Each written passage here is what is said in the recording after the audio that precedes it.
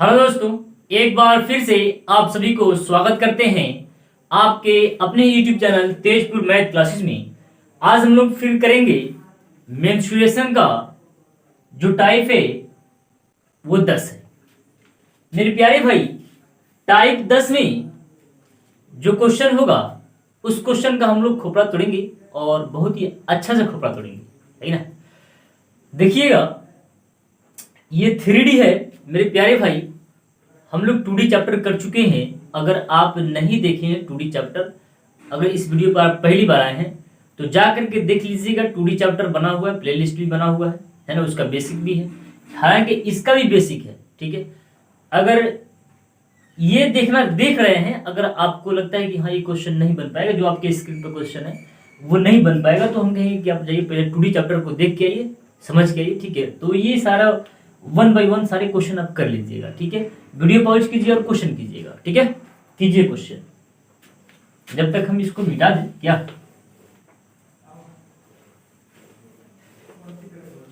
देखिए मेरे प्यारे भाई, देखिए क्या कहता है क्वेश्चन। क्वेश्चन कहता है कि धातु के बने 3 ठोस घनों की कोरें क्रमशः 30 सेंटीमीटर, 40 सेंटीमीटर, 50 सेंटीमीटर है। इन्हें पिघलाकर बनाए गए घन का संपूर्ण पृष्ठ कितना होगा वो बताना है। मतलब इस क्वेश्चन में ये बात बोला है कि 3 ठोस घनों की कोरें, 3 ठोस घनों की कोरें जो है वो दे। अब कोर की बात किया है तो 3 घन, 3 कोर। तो जब घन का एक भुजा की लंबाई जितना होता है तो सारा उतना ही होता है। और उसका अगर हम लोग आयतन निकाल लेंगे तो उस भुजा का क्यूब कर लेंगे तो आयतन निकल जाएगा, है ना। तो वही बोला है यहाँ पर, ये तीनों को हम लोग क्यूब करके आयतन निकालेंगे और जोड़ लेंगे, और जोड़ करके उसको फिर क्यूब करेंगे तो जो क्यूब का मान आएगा, ए का मान आएगा, वो बड़ा घन का मान आएगा, बड़ा घन का कोर का मान आएगा, ठीक है। और उसके बाद हम लोग बड़े घन का जो संपूर्ण पृष्ठीय होता है वो निकाल लेंगे। देखिए यहाँ कहना हम ये चाहते हैं आपसे, देखिए ये जो है ना 30 सेंटीमीटर, ये किसी भुजा का, किसी घन का एक कोर है, भुजा है ना। तो इसको आप क्यूब कीजिए। जब इसको आप क्यूब कीजिएगा तो डायरेक्ट आप 3 × 9 = 27,000, है ना। यानी 3 गो जीरो, 1 0 फिर 2 0 फिर 3 0, यानी 3 0। उसी प्रकार दे दिया है मेरे प्यारे भाई 40 का।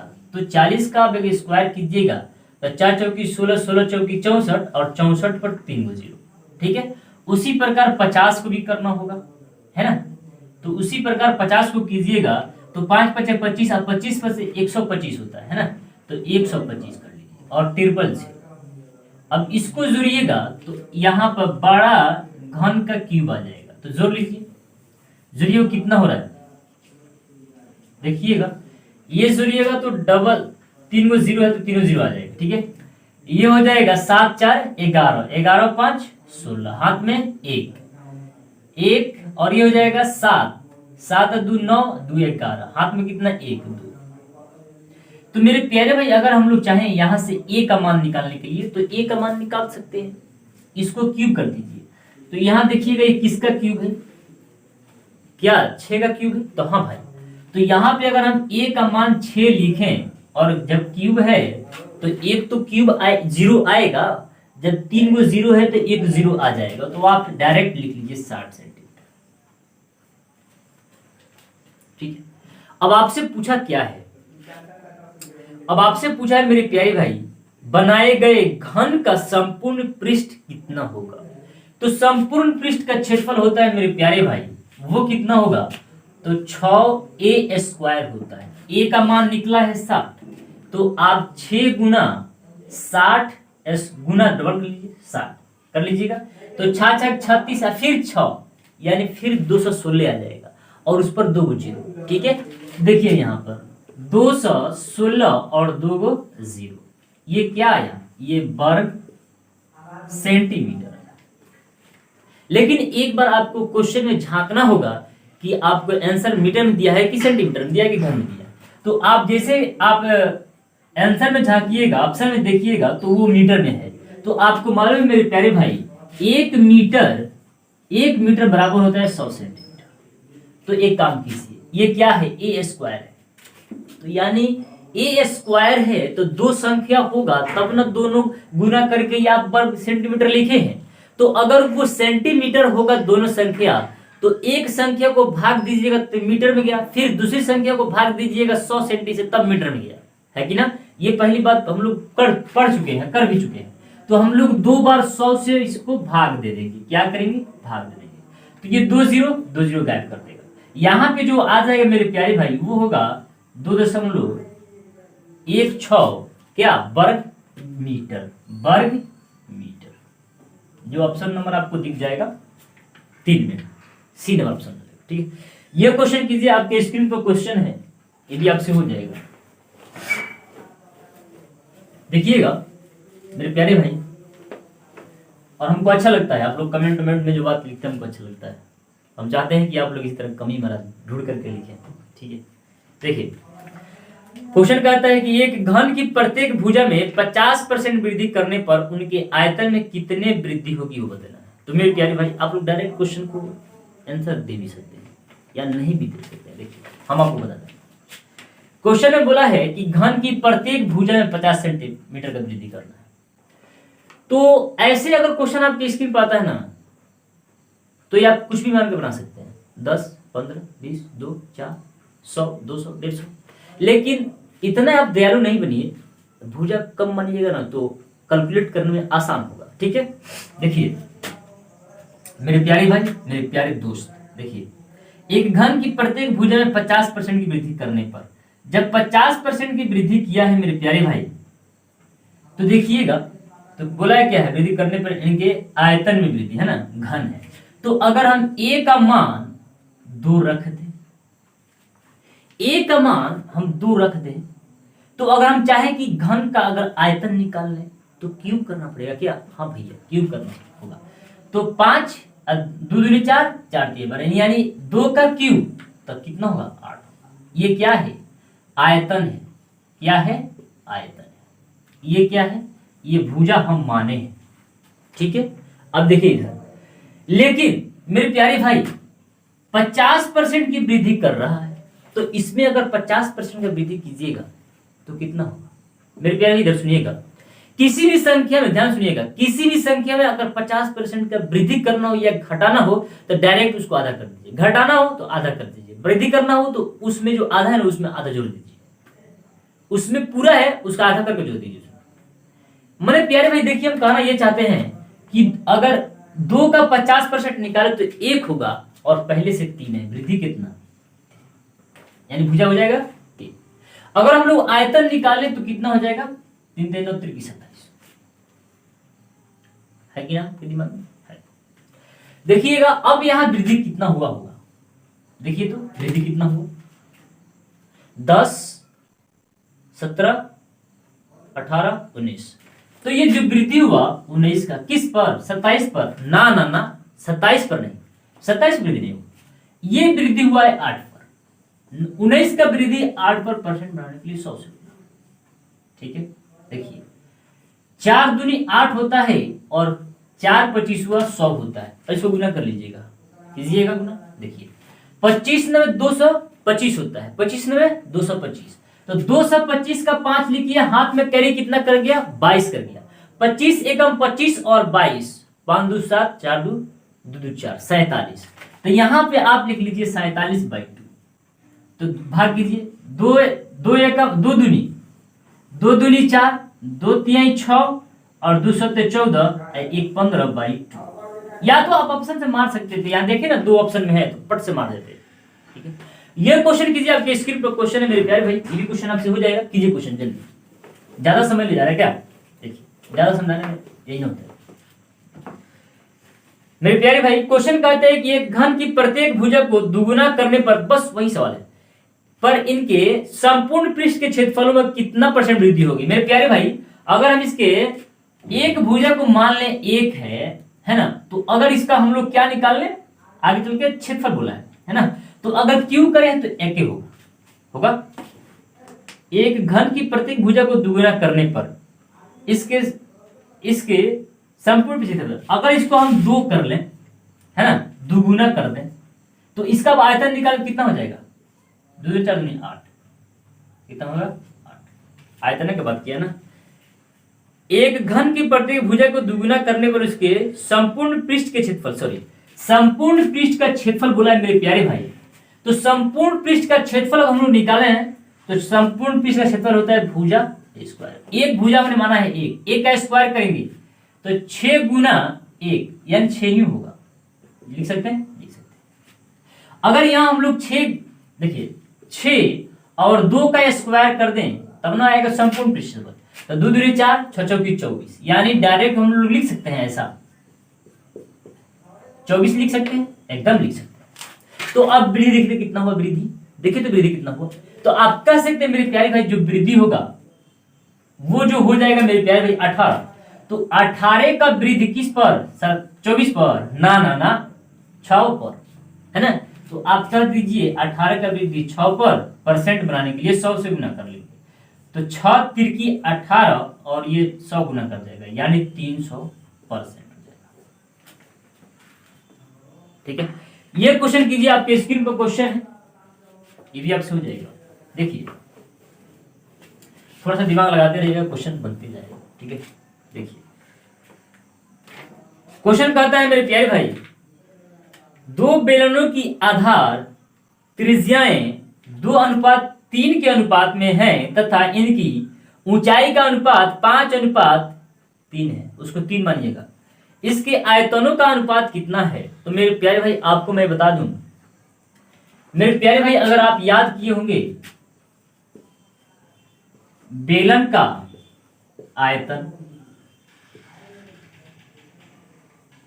आयतन जो होता है πr² होता है। अगर वक्र की बात कर लें, वक्र पृष्ठ का अगर हम लोग बात कर लें तो वो होता है 2πr। अगर संपूर्ण का बात कर लें मेरे प्यारे भाई, संपूर्ण का अगर हम लोग बात कर लें तो वो हो जाता है 2πr × r+h। ठीक है, तो देखिए हमसे पूछा क्या है, हम लोग से पूछा है ना कि इसके आयतनों का अनुपात, तो आयतन है ना। देखिए आधार त्रिज्याएं कितना दिया है मेरे प्यारे भाई, त्रिज्या जो दे दिया है वो दिया है 2:3। क्या इसके साथ हम x मान सकते हैं? बिल्कुल मान सकते हैं। फिर कट के 2:3 आएगा। और उसके बाद क्या बोला है, ऊंचाई है ना, ऊंचाई का अनुपात जो दिया है वो दिया है 5:3। इसके साथ y मान लीजिए, है ना, y मान लीजिए। हमारे पास r भी कंप्लीट है, ऊंचाई भी कंप्लीट है, तो क्या हम लोग इसका आयतन नहीं निकाल सकते हैं? निकाल सकते हैं। देखिए तो आयतन अगर हम लोग निकालें तो पाई तो लिखेंगे प्लस r के मान, तो 2 का स्क्वायर 2 दूनी 4, x नहीं होगा गुना, होगा x²। उसके बाद क्या है, h है, तो h कितना 5y अनुपात पूछा है इसलिए। उसके बाद हम लोग क्या करेंगे, दूसरे के मान रखेंगे, तो पाई तो कांस्टेंट रहेगा ही रहेगा। उसके बाद r का स्क्वायर, तो इसका r कितना है 3, तो 3 × 9 x²। ठीक है, उसके बाद h लिखना है ना, h लिखना है। तो मेरे प्यारे भाई जब h लिखना है तो h कितना है, तो 3y। अब जो कुछ करता है काट लीजिए, जो आएगा हम लोग का अनुपात आएगा। तो देखिए इधर y से y कट जाएगा, है ना, x² से x² कट जाएगा, पाई से पाई कट जाएगा, ये 5 चौकी 20 हो जाएगा और ये 3 तिहाई 9 तिरकी 27 हो जाएगा। लीजिए ये जो अनुपात होगा इस क्वेश्चन का आंसर, जो ऑप्शन नंबर आपको डी नंबर में मिल जाएगा। ठीक है, देखिएगा ये क्वेश्चन कीजिएगा, आपके स्क्रीन पर है मेरे प्यारे भाई, ये भी क्वेश्चन इसी पे है। देखिए देखिए देखिएगा, क्वेश्चन कहता है मेरे प्यारे भाई, 2 बेलनों की आधार त्रिज्याएं क्रमशः 3:5 के अनुपात में है तथा इसकी ऊंचाइयां क्रमशः 2:3 के अनुपात में है, तो इनके वक्र पृष्ठों के क्षेत्रफलों का अनुपात क्या होगा? थोड़ा सा दिमाग लगाइए, क्वेश्चन बहुत जल्दी बन जाएगा। देखिए ये त्रिज्या के अनुपात दिया है ना, ये जो दिया है मेरे प्यारे भाई ये त्रिज्या है, कितना है, तो 3x अनुपात 5x, ये r है। और उसके बाद क्या बोला है मेरे प्यारे भाई, उसके बाद बोला ऊंचाई, है ना, ऊंचाई बोला है कितना है, ऊंचाई क्या बोला है, ऊंचाई बोला है 2 अनुपात कितना है 3, इसके साथ y बने, ठीक है।